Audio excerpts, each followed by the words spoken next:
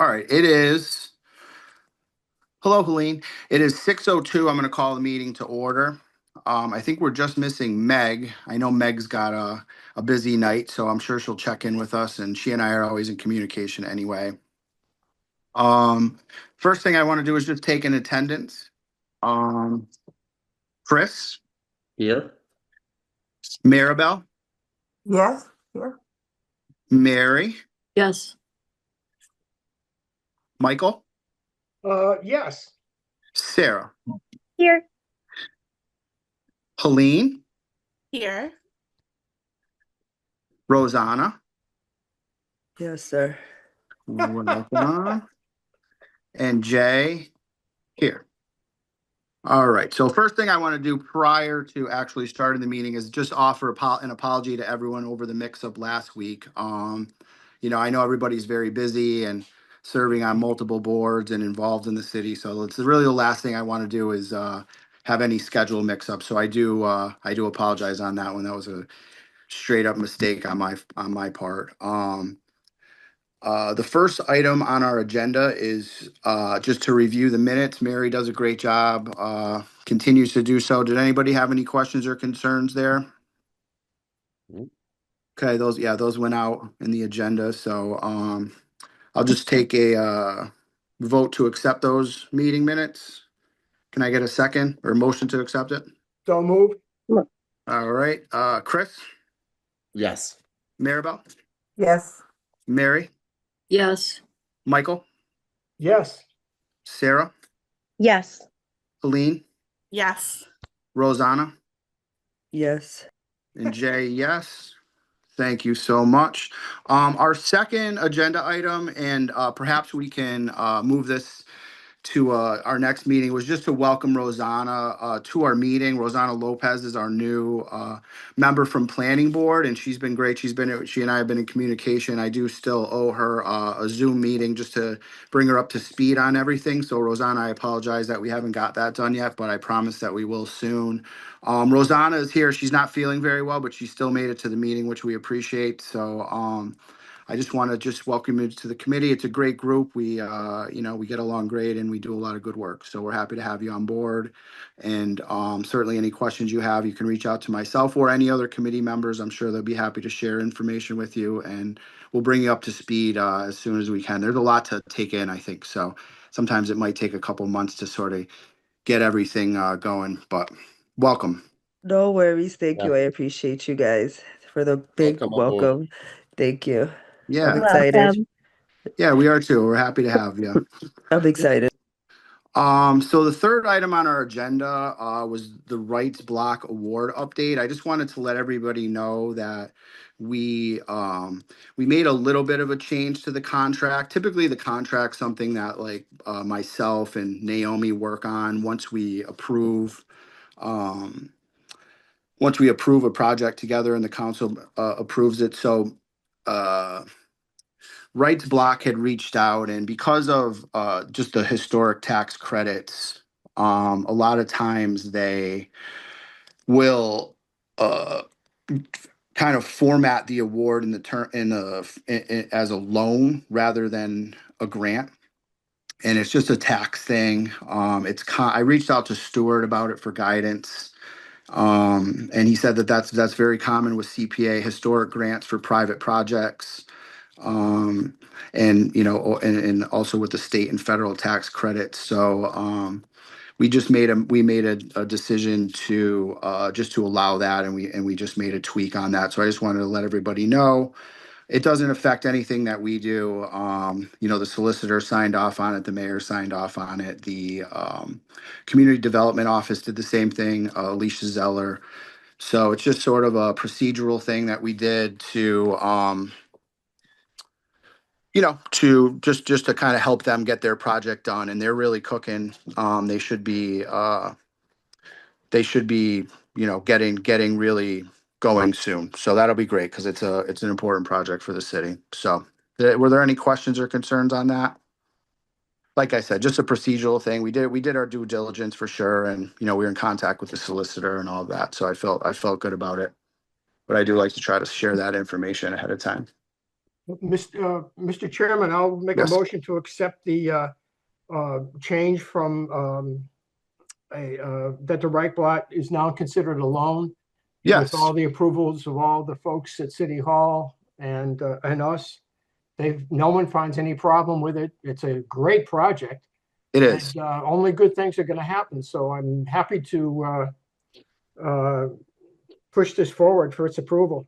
Yeah, and they've been great partners as well. They've been very communicative and they just have been very easy to deal with. So we've been pleased with that as well, and I think that matters. So yeah, we can take a vote on that. Chris? Nope, you need a second. Oh, I need a second. Is there a second? No, to I'll say, second. Sarah seconded. Thank you so much. Chris? Yes. Maribel? Yes, sorry. Oh, no problem. Mary? yes. Michael? Yes. Sarah? Yes. Helene? Yeah. Rosanna? Yes. And Jay, yes. So like I said, it doesn't affect us at all. It's really just a procedural thing, all on the up and up. And I think we always want to do what we can to, help the projects get done. You know what I mean? We don't want to be holding up projects for such things. So I think that was kind of the main thought there. So item number 4, the CPA admin / discussion of options for admin position moving forward. So Rebecca's moved on. She did a great job for us. She had another opportunity and she took it, and that's completely understandable, and we're happy for her. But she, that does leave a void. Naomi has been great and has stepped up to fill in the gap for us. So we appreciate that, Naomi. She did a great job for us in past months, and it was a relief to me for sure to have her back on board and have her help, because there's just a lot of logistical things.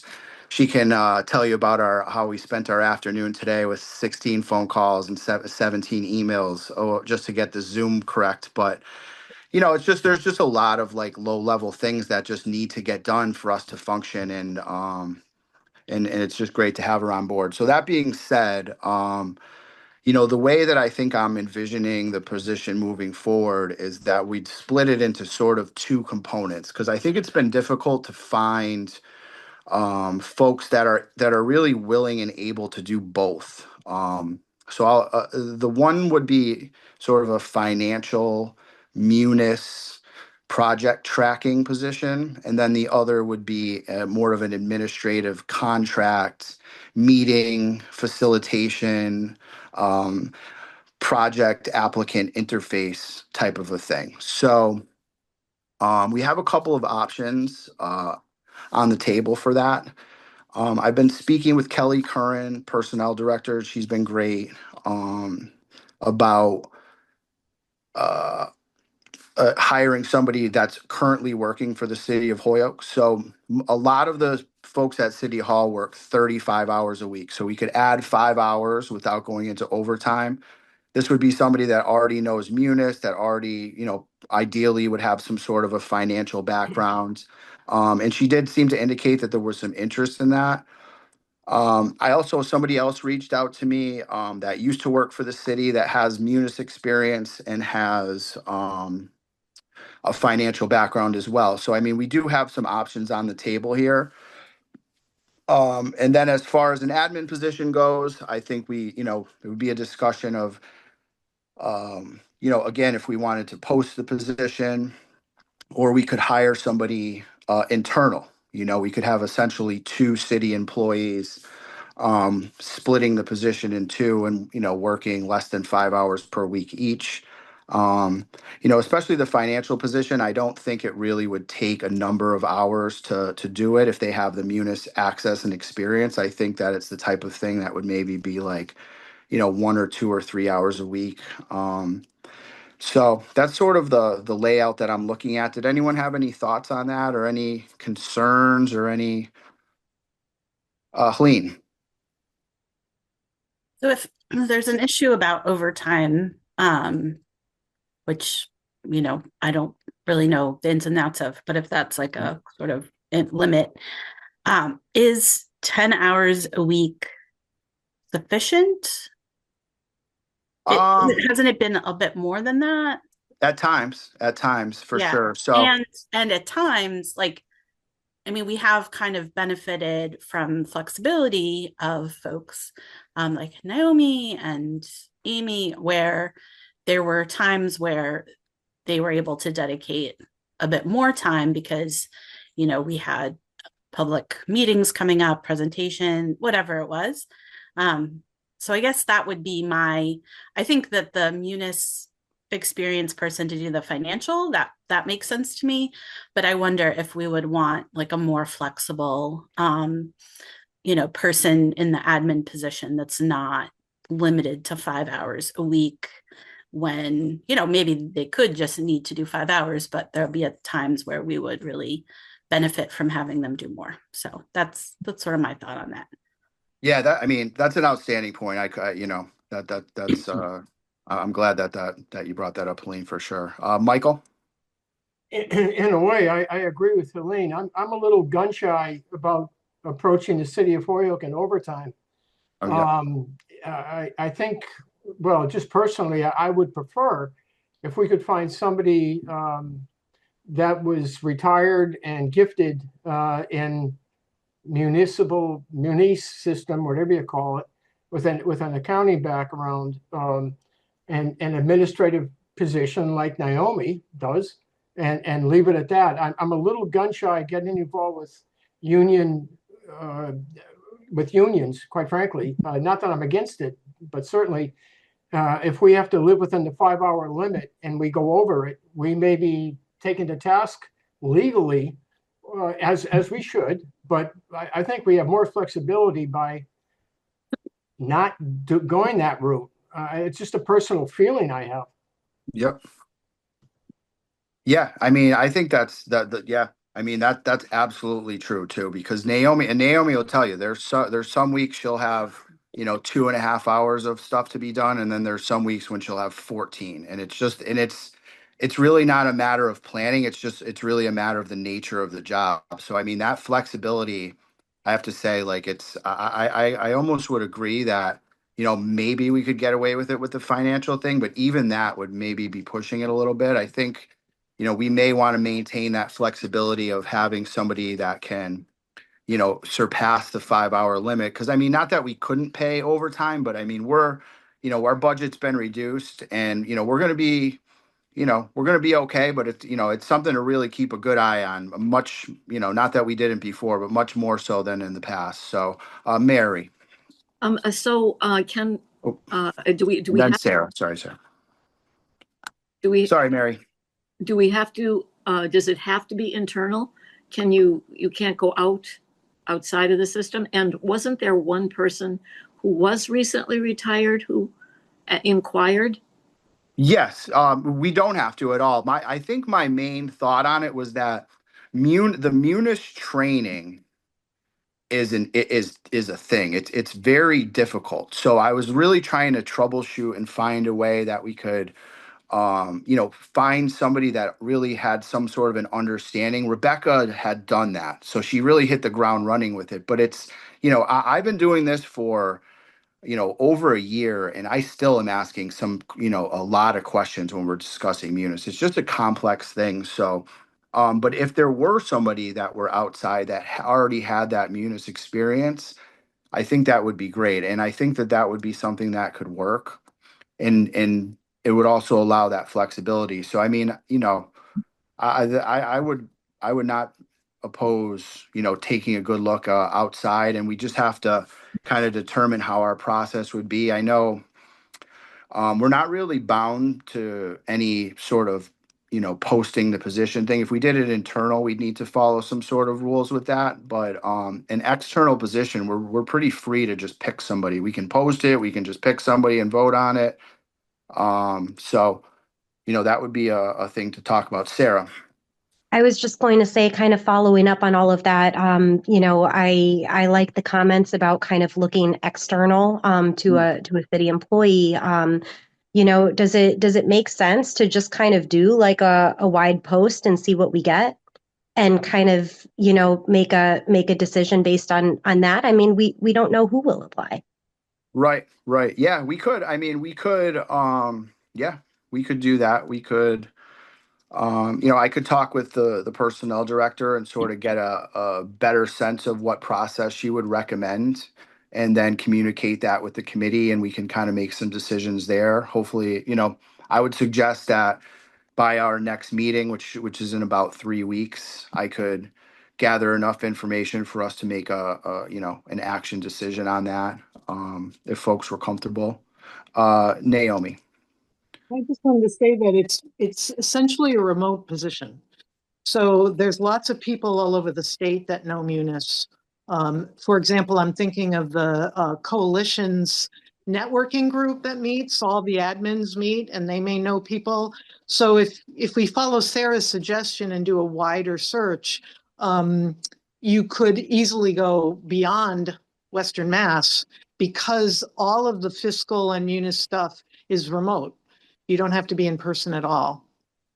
Yes, and the thing also with that is I should note is somebody had reached out to me that has Munis experience that's recently retired, that was a finance director in the city. So that was the thing, is like perhaps we'd want to kind of explore that, and I can dig in just to make sure we're following proper process and just reaffirm what I understand to be true, that we could just pick someone's, but I could hypothetically, bring that person forward as someone that could fill that position. And, the advantage would be that, they do have Holyoke experience and Munis experience both, and that they're interested. So, Michael.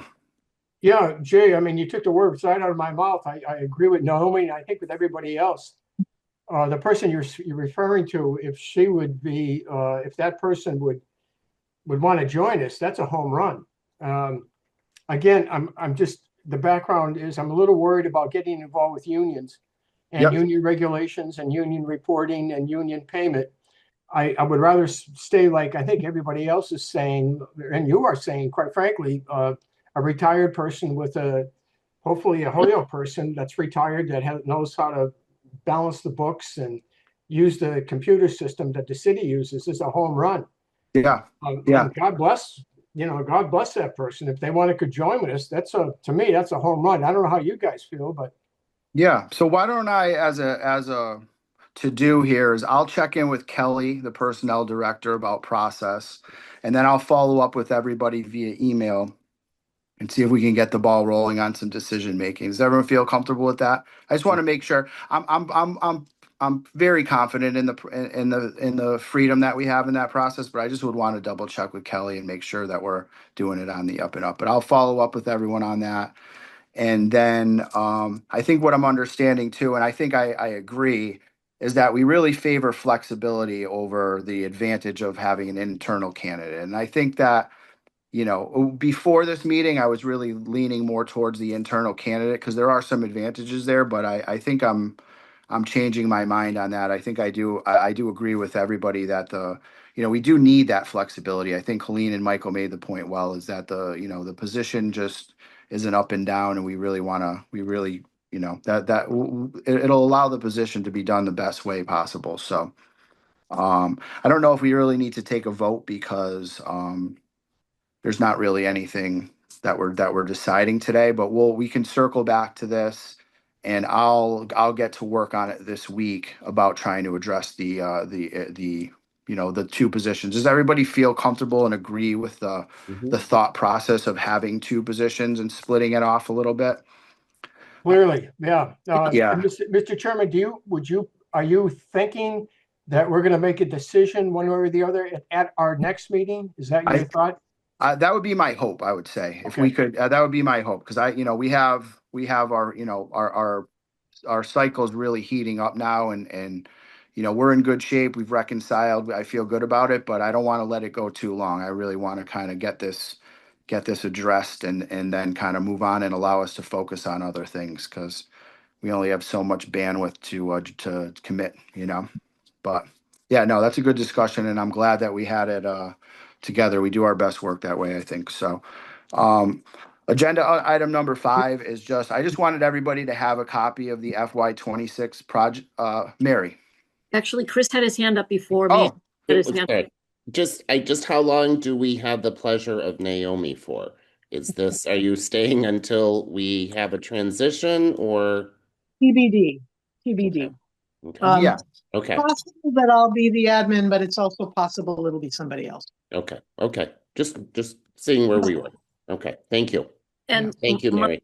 my question for the sake of the minutes was simply, you said something about, am I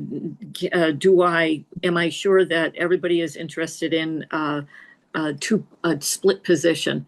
And so for the sake of the minutes, do I just say, it seemed like everyone was interested in that, or is that assuming too much? Yeah, I think maybe we could just say that the committee Okay. was open to the idea of it, but non-committal, Okay. something like that. I think that would be a good way to sum it up. So yeah, the agenda item number 5, just the FY26 project applicants. We had 9 total. Naomi was kind enough to send those out to everybody. Did everybody receive those? Yes. Okay, if anybody needs copies, anything resent, please let me know. I think there's some great projects. I'm really excited about a couple in particular, but I just, to me, this is the fun part, I mean, not that it's not all fun. I enjoy it all, I do, but the part that I get most excited about is this part, is seeing these new projects and just kind of envisioning how that will look in our city. So, one of the projects, though, and I wanted to sort of plant this seed and have everybody start thinking about it, is the community garden. And I don't know if anyone had an opportunity to dig into the details of that, but part of the request on that application is for a salary or sort of paying the folks to do some of the work. Typically we don't do that because we're not allowed to do that for any city projects. That's part of the state CPA law.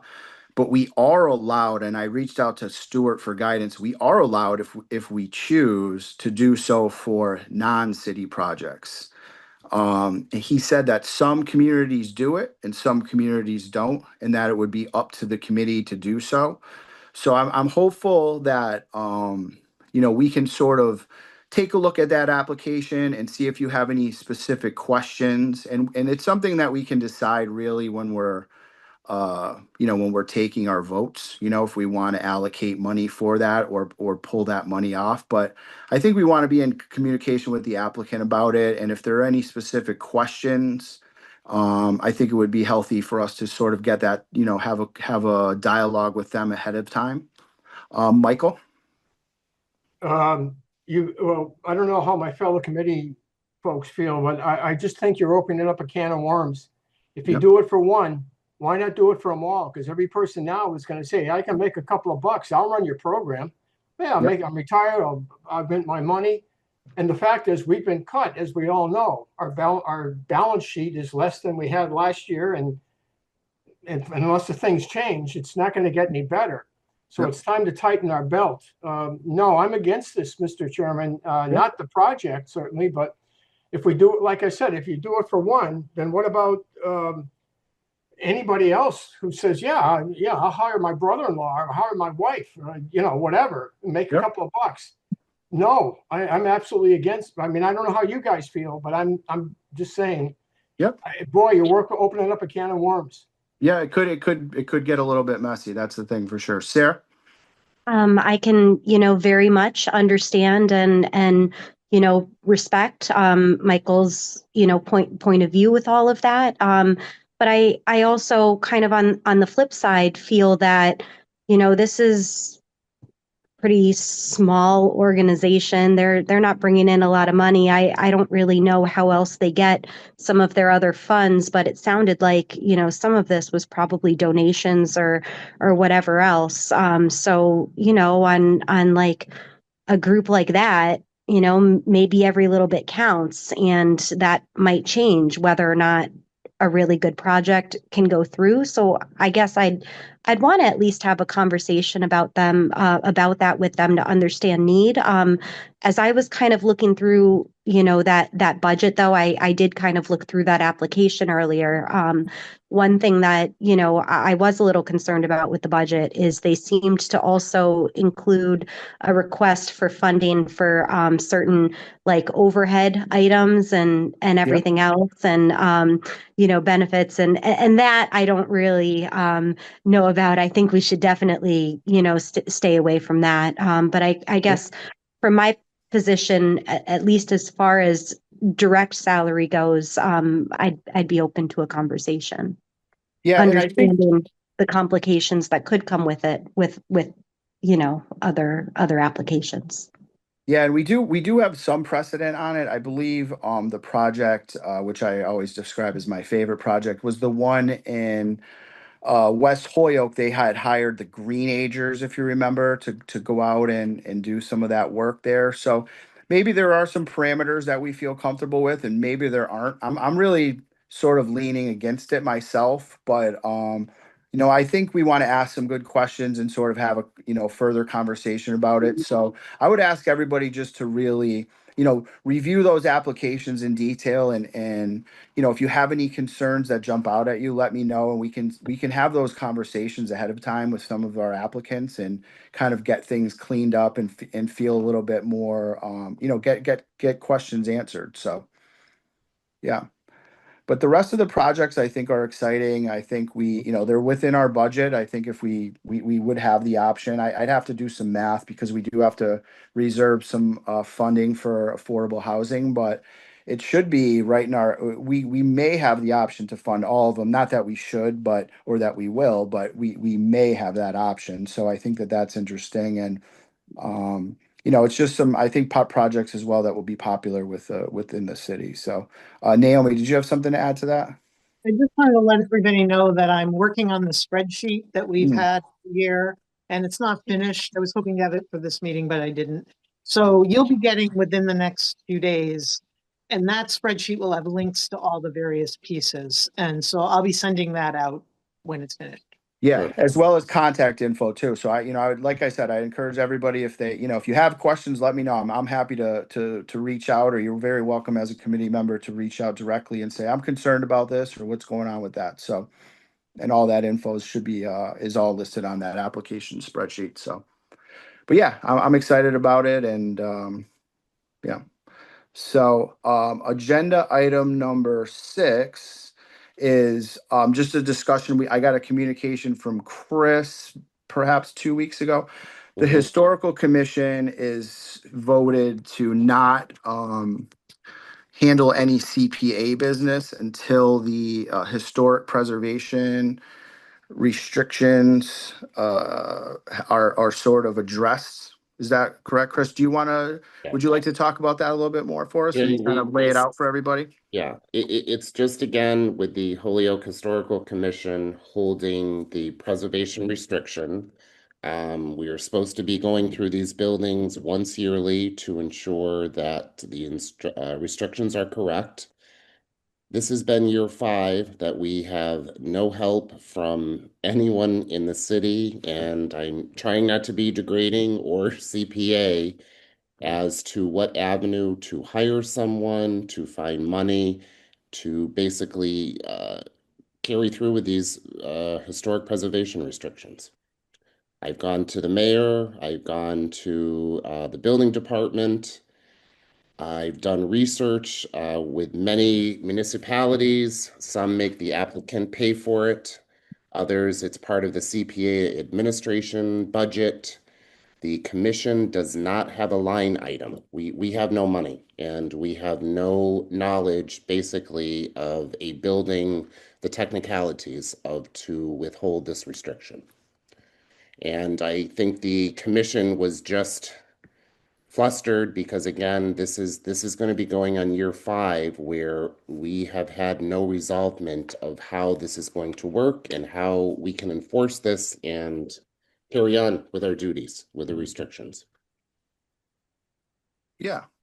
And I think, we always want to, Michael. Chris, you're absolutely right.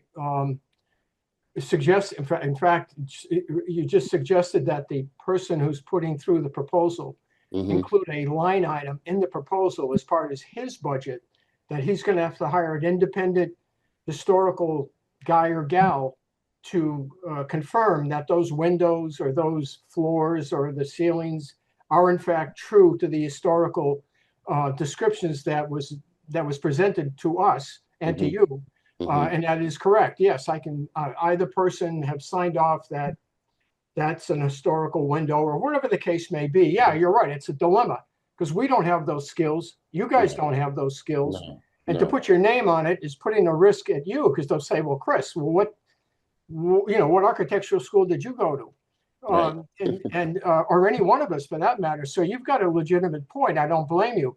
Perhaps in the future, we should insist that those that are having historical work done insist as a committee, we as a committee to the person, you have to put in a line item in your budget that you're going to hire, whatever the cost may be, an historical inspector that'll sign off and confirm that everything you've done is according to the historical nature of the building, of the city, of what the historical commission wants, and sign off and say, yes, we sign off on it and it's good and true. And as an architect would sign off when he builds a building, they check bricks, they check all that stuff. And the same way, I think you got a legitimate point, Chris. And yeah, I don't blame you. Attorney Ball has been doing some research and with the talk, and I think it's just like CPA, the positions with the city, we had talked at one point of, some type of outside services, someone that would be available not only for the commission, but CPA, any other organization, just to assist. But I think my commission has just felt strongly we cannot continue to go forward with these restrictions. And we can't do anything. I mean, to me, that's going to be a liability at some point with the city. If something happens, God forbid, this is going to come back to us. No, you're right, Chris. You're right. You're absolutely. I don't blame you. Sarah. Yes. So Chris, sorry, just so I can get a better understanding of some of this. With the projects that are kind of requiring inspections that have not received them, is this like a one-time inspection or is this more of like an annual ongoing inspection? An annual inspection, just to ensure that whatever the overlay was in the beginning that we had technically signed off on is continued. There's not alterations that have happened after we have said yes. And that also goes down to enforcement. If, just say, for instance, the girls club added something, an awning, who is going to help us to enforce this rule? We are at a complete loss. That makes sense. So I guess, kind of two initial thoughts there. First of all, one of my thoughts is just, I'm kind of trying to think through like, how we can ultimately get you what you need. One of my thoughts is, if we require this, for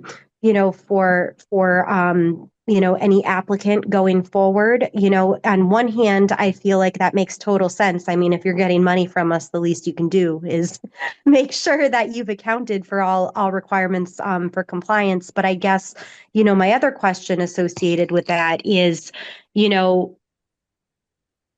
that a recurring expense? Because this will be going on annually, I would assume just for life after that, right? For the life of the project, right. Is that an expense they can necessarily, kind of quantify? And would it be more cost effective for the CPA to just kind of, put aside a budget, annually to have someone to do that? So I guess that's kind of my initial thought, that it might be more efficient and effective to kind of have someone who's more under our control, whether that's an expert that we bring in, most likely. We were very close with the building department. I thought it would materialize with George, one of the previous employees. And it was like a week later, I was told that it's not in their job description. So again, I get it. Every department in the city is stressed and overloaded, but I just feel at this time we cannot keep carrying on taking these restrictions without any enforcement, anything. I mean, I would say from the perspective of especially the things that, haven't already, like that have already been approved, have already been done. I mean, it kind of sounds to me like maybe the CPA should take some responsibility to kind of hire an outside expert for at least, a couple years until we can find a permanent solution, for what's already done. And then the question is, how do we ultimately address this going forward? Mhm. Mary, I saw your hand up. You're on mute. Okay, sorry. Two things. First, so for anything that we have for this year, can we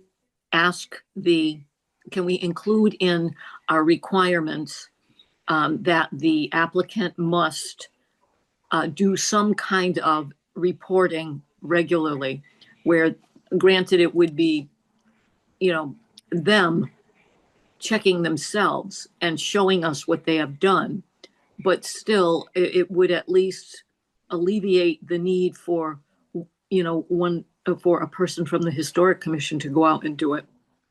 And the second thing is, what does Stuart Saginaw say and about other cities? What do other cities do about this? This has to have come up elsewhere. I know Jay has called Stuart. I just did my own research with local, I think it was Springfield, Westfield, East Hampton. Then I did a couple boroughs in Boston. It's a mixture. It's a total mixture. I want to say the bigger percentage was the CPA takes the financial burden. And kind of what Sarah had said with the applicant taking the burden, we're giving them money, but is it also fair for them to do this every year after year after year? And I think it was East Hampton, just like Holyoke, we do not have a line item for the budget. So there's no money coming from City Hall for us to physically put somebody on the books to do this every year. Michael.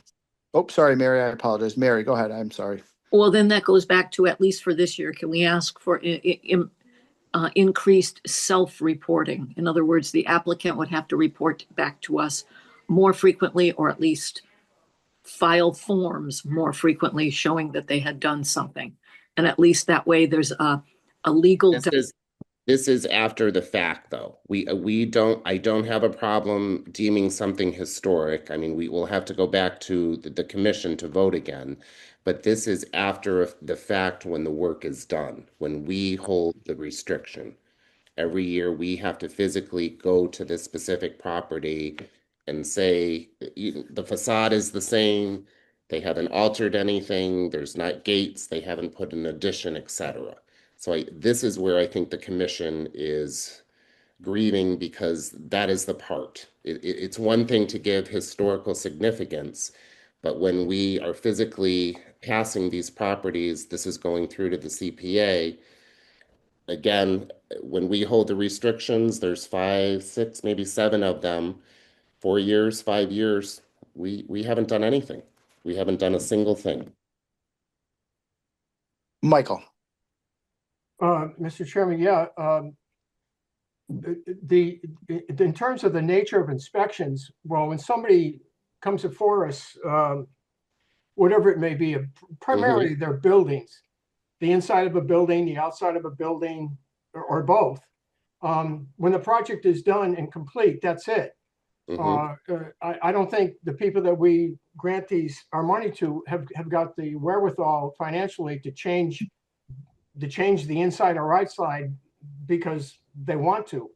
I don't think they have the money to. That costs money. I can see them paying for a write-off, like when an architect walks through a building that he just built, he's going to write off to the owner that the steel, the concrete, everything that's specified was included in your building, and I'm writing off as the architect to prove it. Now, but that's a one-shot deal. The architect's not going to go back every year and say, what happened? No, it's done. It's done. As far as we can't extend ourselves into the future. We don't have the money. Don't forget, unlike probably every other CPA committee, we've had our budget cut substantially. We don't have that kind of money. So it's kind of implied a certain trust with Holyoke people that when they do a Holyoke building, yeah, I can see them paying for the initial one-time walkthrough where an architect or an historical architect, if you will say, yes, everything they said they do, they've done, and let it go with that. I mean, what else are we supposed to do? If they change something on their own, that's on them. And quite frankly, how do we enforce it? That's a good question. I mean, we don't have the money to do this year in and year out to specify, well, what are we going to do? Check their buildings every year? Somebody's going to have to get paid for that. We don't have that kind of money. I can see them paying an initial walkthrough to get a letter back to Jay to say, well, so-and-so's historical building is correct. They did everything correct. I can write it off as an historian. They're good to go. And just let it go at that. We simply don't have the financial wherewithal to do anything else. And there's a certain trust implied that these Holyoke institutions and Holyoke buildings will honor what they've done. If we got a guy, somebody says initially, yes, they've done it right, and I'm writing it off as an historical architect, correct and true. That's all we need. What happens in the future is beyond us. We just don't have it. My thoughts, anyway. Pauline. Yeah. So I guess my question was, thinking back now, I can't think of it, but you might be more might be closer in your thought process about sort of currently, people have to do the historical restriction, and that's great. And agree, that it can be monitored. But is there any enforcement now in our contracts about what happens if they don't follow it? Is there any consequence if they change things that they're, for that period of time, we would be able to litigate and say, you have to put it back? Or is there any kind of teeth or enforcement mechanism in the contracts now? Is sort of one question. And then I guess the other one is, I think, either way, somebody's has to pay for time. So it does seem strange and impractical to have each a hodgepodge of people paying other people every year to say everything looks the same. So developing that within the city, whether it's, CPA, kind of seems like just more efficient. But the other question is just with a lot of this is outside, a lot of this is visible. So to the degree to which, if what you said happened at Girls Inc., just as an example, people would know, right? Almost everyone drives by there at some point. And so that could be then, brought to historical commission or to us as CPA to say, hey, this is out of compliance. We can tell. Some of it might be much more subtle, that, if certain kinds of something is done to pointing and other things, that might be something that you can't just practically say this is different. So but for the things that are very visible and obvious, we could sort of take those as they come in. We know this building is under historic restriction and this happened. But I think in some ways the bigger issue beyond having someone to do the inspections, which is a very big issue. I'm not trying to minimize that, but what's the point if there's no enforcement, if like there's no mechanism in our contract? But there could be, and there should be, and that might be something that council can weigh in on, because we're giving money, you know, they're getting something for that money, and they're agreeing to the restriction. And so there should be, through contract, a way to create an enforceability where they'd have to pay the money back, or, you know, multiple things, whatever. But it seems like we don't even have that. So if someone gets dinged, it's kind of, you know, who knows what we're going to do.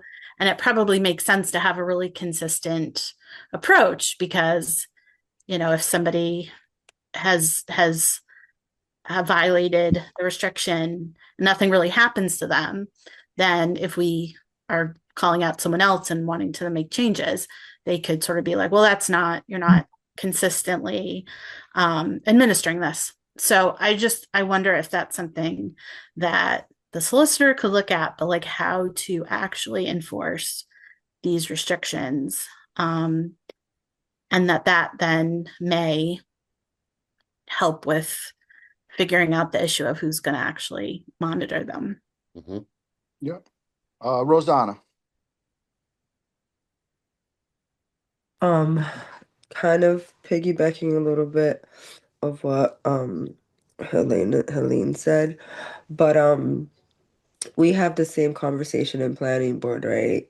So we grant these things, we give you permission to do these things, and then you go and remix it and do something else. And who's going to enforce that? So that's a conversation we have a lot. But I'm also thinking the mayor has designed like this task force of some sort. I'm not really knowledgeable, but they're like enforcers of certain things when it comes to residential community. So being that it's a conversation that's already happening in two different boards, I think the conversation needs to be had, like someone mentioned, I'm sorry, I can't remember, like actually implementing that into either that task force or a city group or something, because obviously if you have somebody, a task force who's enforcing if your grass is cut or not, I mean, I think you can throw in there once a year to check out a property. So I think maybe this is a conversation with the mayor, like, you know, planning is having this issue, CPA is having this issue. I'm pretty sure other people are having this issue. So somehow we need to have some type of enforcer implemented, because if not, like someone said, like what's the purpose of asking permission if you're gonna do whatever you want anyways? So I agree, but I also think maybe we should, that task force that has, how can we use that to our advantage? If that's a conversation that we can have, I think it could be beneficial. Thank you. Mary, did you have your hand up or? I took it down. Okay. So just a few things. So Chris, the Historic Commission has these restrictions. Could you forward those, all of them, please, Yeah. to the committee? And I would just make a request, Helene, I don't mean to put you on the spot, but perhaps you wouldn't mind taking a look and offering some perspective on that. I know you have a background on such things, and maybe you'd have some, you know, some ideas on how we may move forward. My understanding, I think that I don't have the restrictions in front of me, but I think one consequence of not following it is that you'd be ineligible for future funding rounds through the CPA. I think that may be defined in the restriction.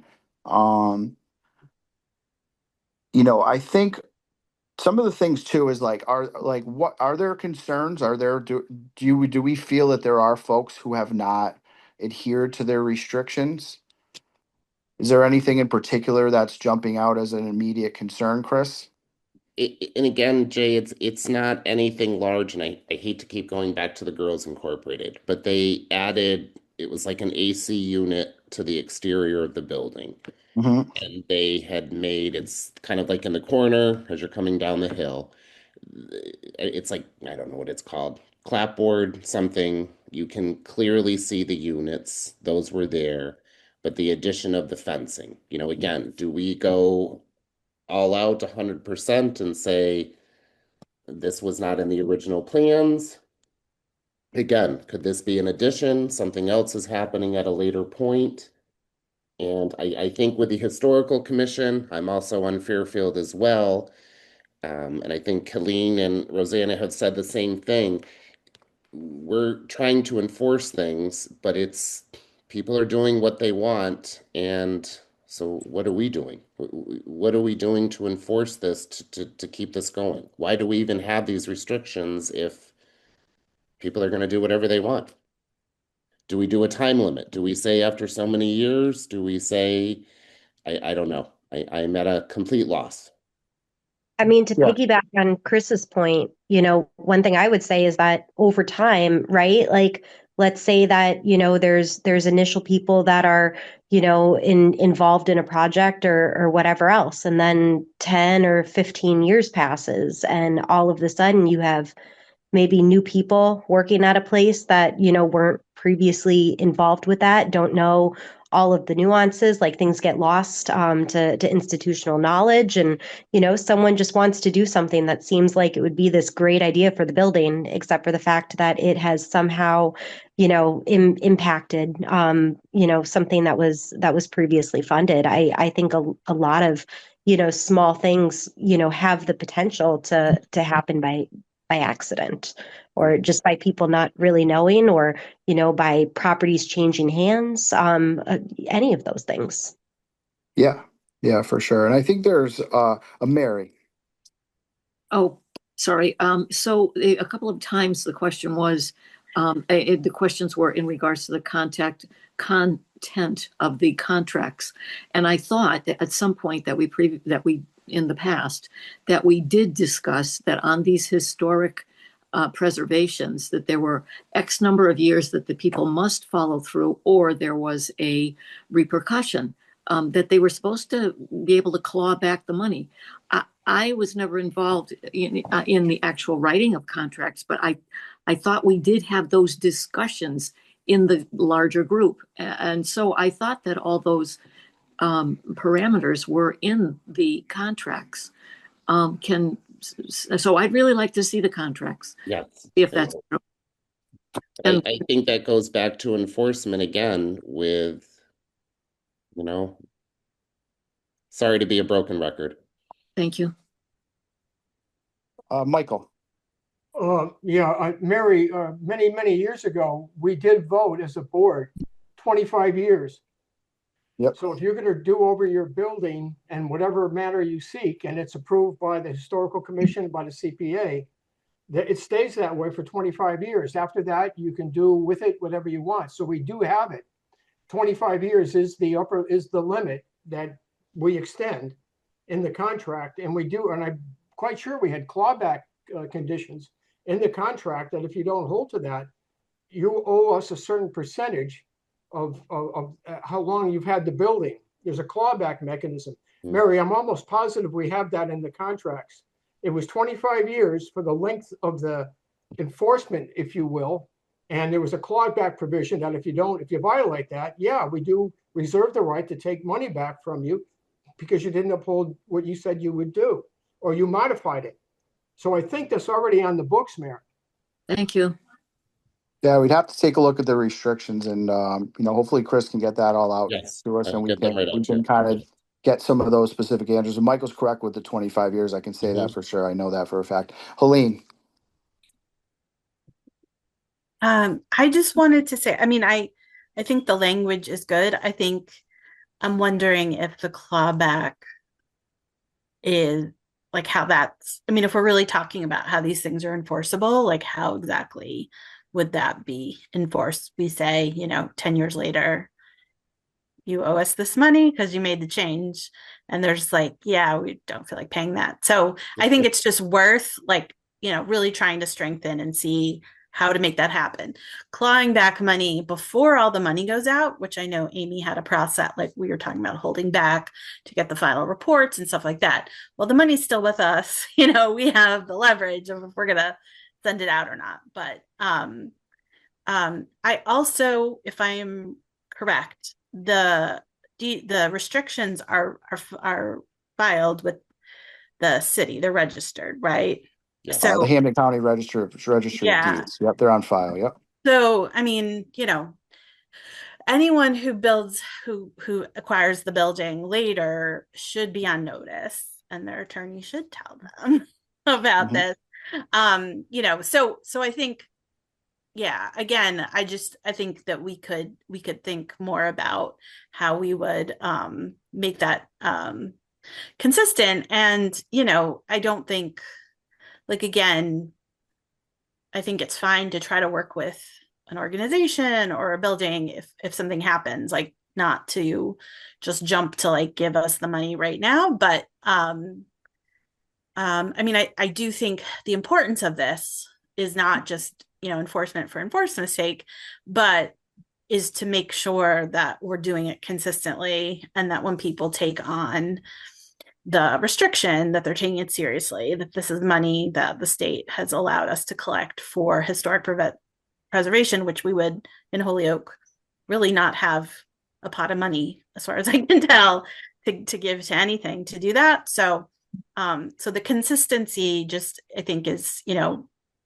is a really important piece of why we'd want to have it be enforceable and have a consistent way to monitor as well. So I'm happy to look at stuff. I think, you know, I'm not necessarily going to practice law here, but happy to like send questions to the solicitor and have them take a look.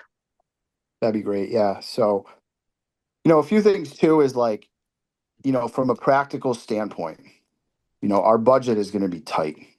It's going to be tight, and we're going to have to make some, we're going to have to prioritize what we want to do. And I just, with respect to this conversation, like, I just don't know that we're going to have the ability to fund this in perpetuity from our admin budget.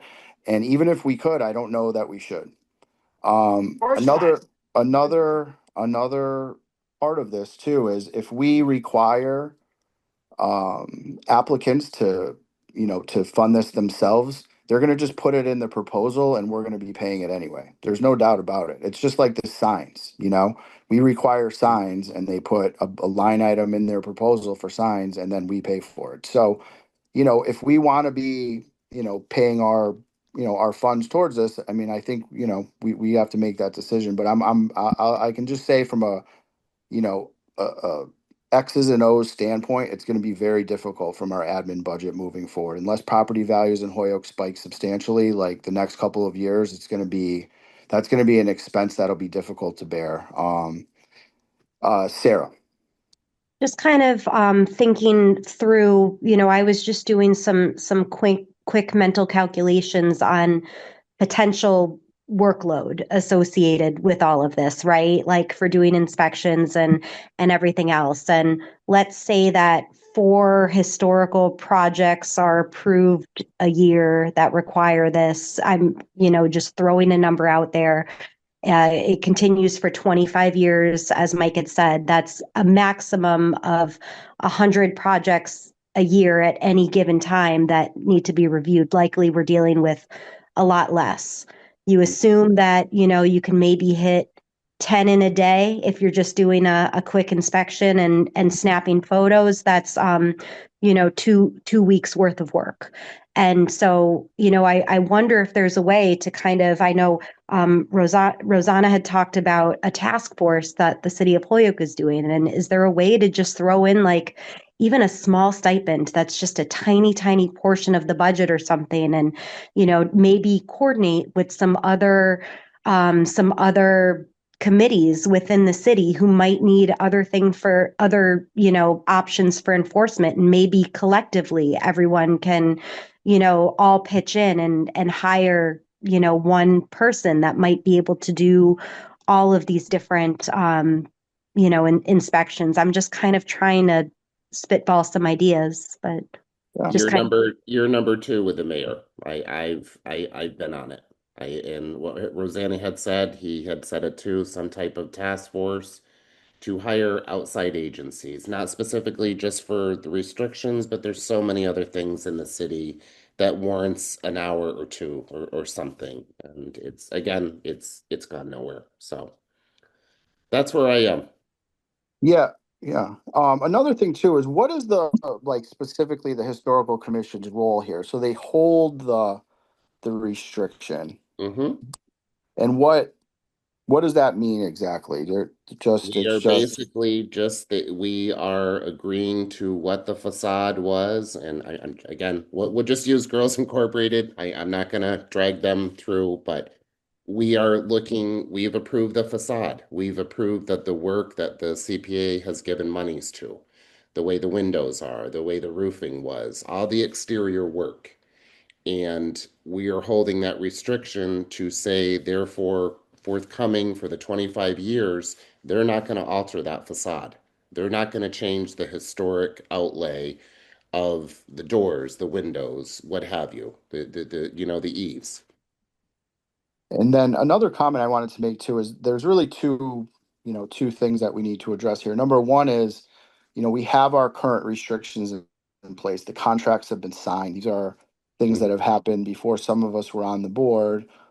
How are we going to handle those, right? How should we best handle those? And then part two would be moving forward as we take in new projects.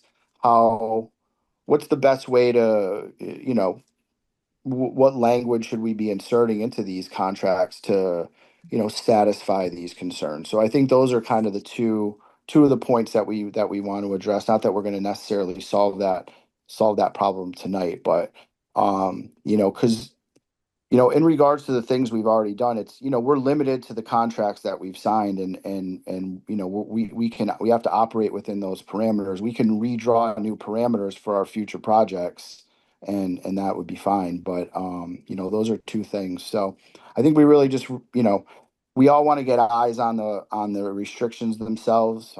We can certainly send copies of the actual contracts, which is something different than the preservation restriction Mhm. and take a look at those. They're pretty similar to the ones that we sign now, but we've made updates over the years. And then we can also forward any questions that we may have to the city solicitor's office. So from a practical standpoint, Chris, while this pause is in place, we wouldn't the project that would not be able to move forward out of our current applicants would be Nick's Nest. Mhm. The rest have already been deemed historically significant Mhm. by virtue of them being on the state historic register. So Right. Nick's Nest would be the one that wouldn't be able to move forward unless the historical commission was able to lift um, this pause. And I'll be honest, Chris, like I don't know that we'll solve this before the time is up. So, my request would be that the historical commission reverse that vote in good faith, and that we would move forward as a committee to try to address the issue in a healthy way. I mean, we've brought it up at our committee meeting. But I think, from a practical standpoint, I'd like to see that project be given the opportunity to come forward. I would hate to see it held up by something that really isn't related to their application at all. It's a separate discussion. So that Mhm. would be my request as the chair of the CPA committee. So did anyone else have any questions or concerns about that? It's a good discussion. It's a complicated thing. There's a lot to it. Um, there's a lot of moving parts. There's limited budgets. I can tell you everybody in the city's working hard and they're all very busy and spread thin. So it's, it can be a good thing in theory, but sometimes it's just difficult in practice to get some of this stuff done. And I just, I think we want to make a good decision, so we're setting ourselves up for the future. But like I said, I'm weary of the cost of it. I'm weary of signing ourselves up for an ongoing cost that we're then required to pay every year. Um, we have limited funds, and I go before the city council and I tell them that we try to keep the money on the field. We try to keep the money into the projects and keep our admin budgets down. That's what they want to hear. So, I'd like to be able to go in front of them when I get called in front of the subcommittee and say that to them. Helene. I hear all that, and and it's concerning to hear like kind of one applicant might be left out. So I'm not really taking a position, but I do think that there is more we could do as a committee to try to work on the enforcement aspect and support the Historic Commission. So, so maybe while this is kind of pending, they can make a decision that, that makes sense for this year, and always change that decision later, whatever. But I do want to say, I mean, if we aren't really serious about enforcement, then what's the point of the restrictions? I just like, why 25 years? I mean, if why not 10 years if we could monitor that more easily? It just seems like it is something to take seriously, and it doesn't necessarily have to require a lot more money, but just to think through how you could do the clawback, like whatever it is. I don't know what it is, and it's kind of late. So I don't really want to speculate, but I'd be happy to look at stuff. But I do think that, we don't want to be in a position where we're like, well, we have this restriction, but we're really just like not going to be able to enforce it. So just, that is a concern, because some people are going to follow it and with fidelity because they made that commitment, and they shouldn't, like, that should be a consistently applied thing. And if we can't enforce it, then maybe we don't have it because like we can't enforce it. So I think we should, just do more investigating and considering before making a final decision. But until tonight, I didn't know this was an issue at all.